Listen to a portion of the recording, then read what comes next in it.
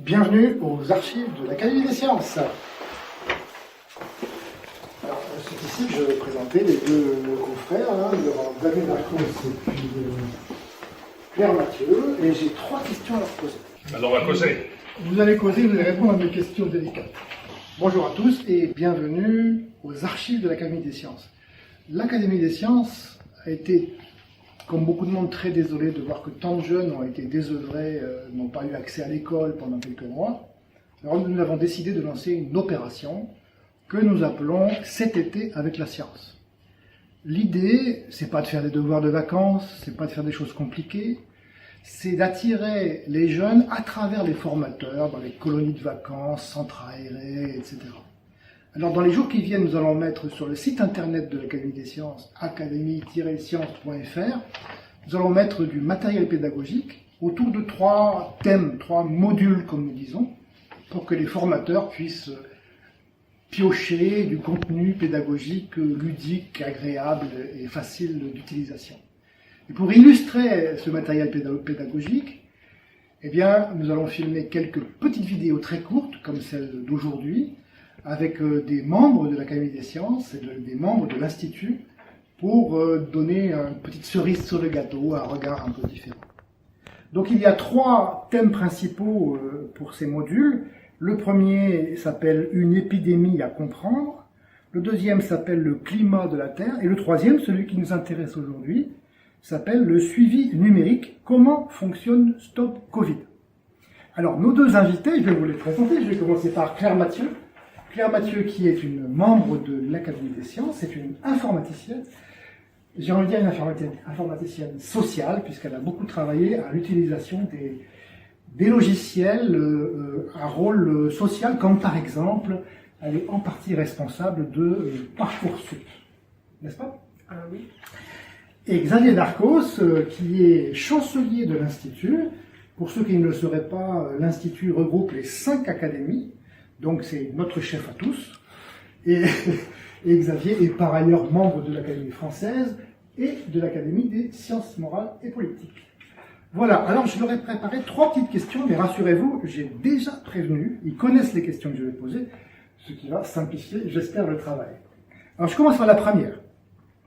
Pouvez-vous donner un ou deux exemples ou contre-exemples concrets qu'on pourrait présenter à des jeunes pour illustrer l'importance de la liberté individuelle dans leur vie quotidienne? Claire, priorité à Claire. Merci Étienne. J'ai essayé de penser à ça et je me suis dit qu'il y a un cadre où la liberté individuelle est très importante, c'est celui de l'orientation scolaire. Je connais beaucoup de jeunes qui, pour choisir quel sera leur futur métier, donc quelles seront leurs études, doivent se décider pour leur orientation scolaire et ils ont beaucoup de mal à faire ça en liberté. Par exemple, peut-être qu'il y a une maman qui est médecin et qui trouve que pour sa fille ce serait vraiment parfait qu'elle fasse des études de médecine, que c'est un bon métier. Et elle peut le dire, le répéter, expliquer en long et en large. Et la jeune fille se trouve sous pression, influencée pour peut-être faire cela. Ou encore, peut-être qu'il y a quelqu'un qui aurait du goût pour je ne sais quoi, trouverait sa joie dans des activités manuelles, mais cela pourrait être difficile à accepter par la famille. Parce que le papa, le maman est mathématicien, par exemple. Par exemple. Donc, il est important que le jeune puisse se décider en fonction de ses aspirations personnelles et pas seulement ce que ses parents veulent pour lui. Même s'ils veulent son bien, c'est mieux que ce soit une décision personnelle.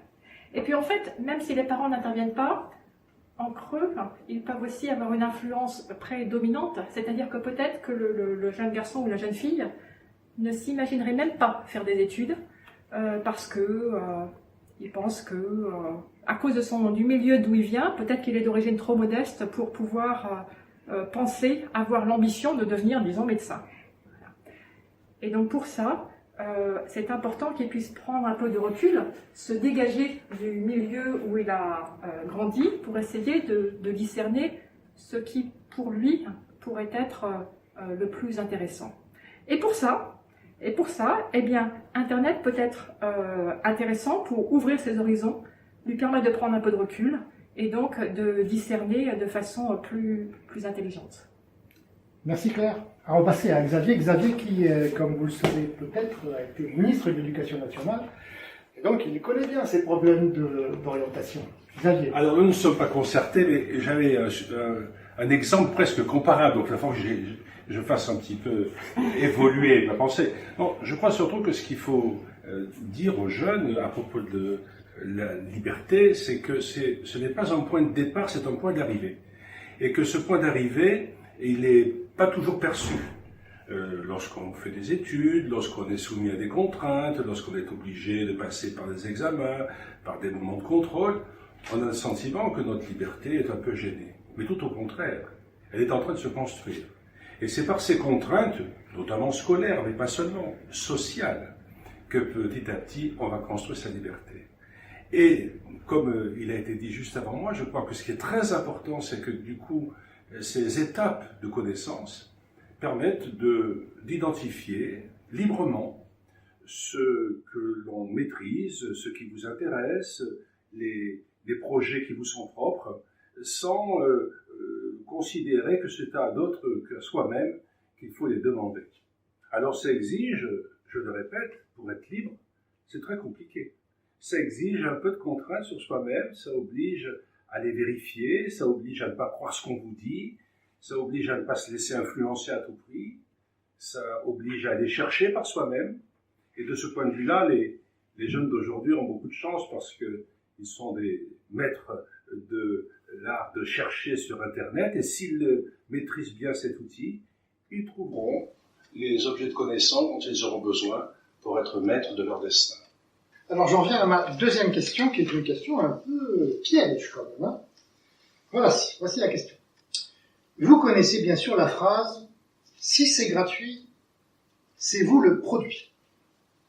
Comment peut-on expliquer aux jeunes qu'ils livrent en permanence des informations personnelles à des entreprises commerciales qui les utilisent pour mieux cibler leurs clients? Claire.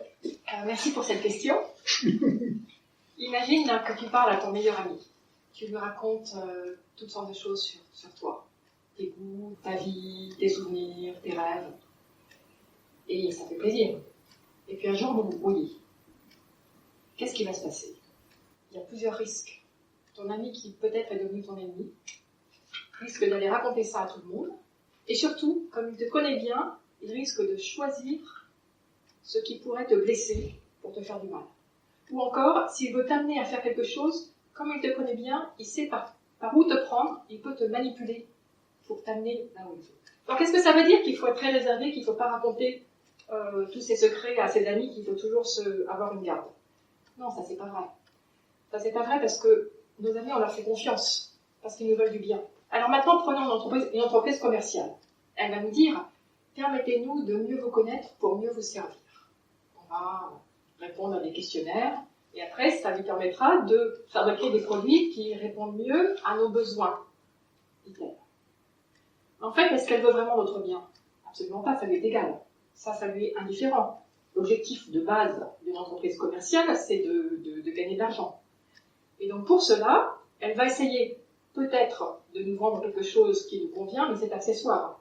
Si, en revanche, si elle pouvait cibler ses publicités, la façon dont elle présente les choses, pour arriver à nous pousser dans une direction qui nous rende accro à ses produits, eh bien ça, ce serait parfait pour elle.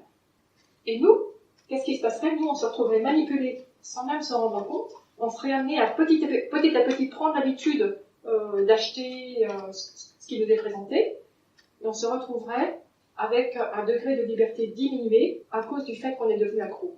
Et donc c'est pour ça que ça peut être dangereux de révéler trop de choses personnelles à n'importe qui. D'où la nécessité d'être prudent dans ce qu'on dit. Xavier, qu'en penses-tu? Je crois que les jeunes, les personnes qui nous écoutent, savent déjà que lorsqu'ils utilisent Internet, lorsqu'ils utilisent des messageries, lorsqu'ils utilisent les réseaux sociaux, ils vont apparaître comme naturellement ensuite sur les mêmes appareils des publicités des objets sur lesquels il s'était renseigné qui subitement leur sont proposés à la vente. Bref, il voit très bien en fait que surfer sur Internet ou utiliser les réseaux sociaux, c'est jamais complètement dans l'anonymat. En tous les cas, si c'est dans l'anonymat, c'est pas dans la méconnaissance de ceux qui vont s'en servir.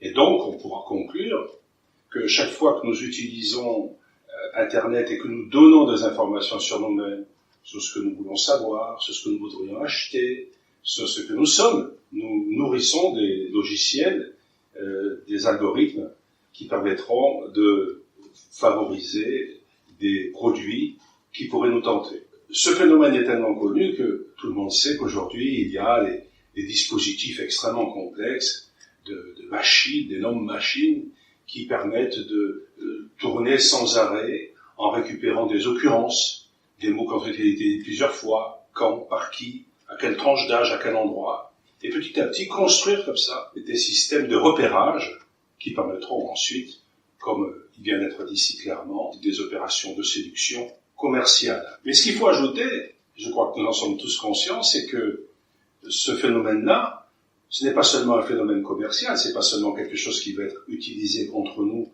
pour nous faire acheter ou vendre, mais c'est quelque chose qui va être utilisé possiblement pour préparer des idées, pour construire des systèmes de pensée, pour séduire aussi sur le plan politique, intellectuel, idéologique.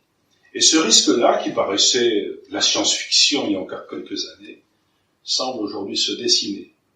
Voilà pourquoi les pays qui considèrent que la liberté publique doit être soumise à la puissance de l'État construisent leurs propres réseaux sociaux, les organisent, ou les maîtrisent, ou les contrôlent. Vous savez très bien, par exemple, qu'en Chine, les systèmes de réseaux sociaux sont différents de ceux que nous avons dans le reste du monde, parce que c'est un moyen de contrôler ce qui se passe dans les têtes, et donc peut-être de construire l'idéologie. Pour conclure, quels conseils est-ce que vous donneriez aux jeunes pour un usage responsable et citoyen de leur smartphone et des réseaux sociaux? Alors d'abord, il y a une objection qu'on me fait souvent, qui est que mais moi je fais ce que je veux. Et ça, c'est pas tout à fait vrai. Par exemple, si vous décidez que désormais, tous les matins, vous allez vous lever plus tôt pour faire de la gymnastique pour être plus en forme. Le lendemain matin, il y a le réveil qui sonne. Et vous avez décidé de vous lever. Mais votre lit est si bon, il fait si froid dehors. Vous voulez vous lever, mais vous n'y arrivez pas. Et donc, vous restez au lit jusqu'à la dernière minute. Et donc ça veut dire que ce que vous voulez faire, vous n'y arrivez pas forcément. Et donc, ce qui se passe, c'est que tout ce qui est autour de vous peut modifier les choses de façon que ce soit plus facile pour vous de mener à bien vos projets, ou qui, au contraire, vous contraignent et vous rendent limités par vos souhaits immédiats. Pour cela, qu'est-ce qu'il faut? Il faut avoir des bons amis autour de soi, des gens qui vraiment vous aident à faire ce que vous souhaitez vraiment faire, au lieu de rendre les choses plus difficiles. Et donc, les conseils que j'aurais pour les réseaux sociaux, eh bien, en fait, ces conseils, c'est pas tellement bien ce que je viens de dire. Je dirais, le premier conseil, c'est à chaque fois que vous écrivez quelque chose, vous vous dites, est-ce que dans 10 ans, ceci pourrait me porter du tort? Dans 10 ans ou 15 ans. Exemple. Il y avait une amie de ma fille, quand elle avait 14 ans, sur sa page Facebook, elle avait rempli un petit questionnaire. Dans le questionnaire, il y avait une question, est-ce que tu as déjà triché dans un contrôle à l'école? Elle a répondu oui. C'était des questions, de nombreuses questions. Quand j'ai vu ça, publié pour que tout le monde le lise sur Internet, je lui ai envoyé un message disant, je vais pas dire son nom, je vais lui dire, est-ce que tu te rends compte de ce que tu viens d'écrire? Peut-être qu'un jour, ton futur employeur va aller regarder la page Facebook et va récupérer ça, il va se dire non, on ne veut pas de cette personne. Or, maintenant, on est 15 ans plus tard, quel est son métier? Elle est prof. Alors, bon, donc faire attention. Après, elle a suivi mon conseil, elle a tout de suite retiré de Facebook. Bon, l'autre chose, c'est que quand on écrit des messages sur les réseaux sociaux, il faut faire très attention au ton qu'on emploie. Il faut se rendre compte que ce qu'on écrit a beaucoup plus d'impact que ce qu'on dit.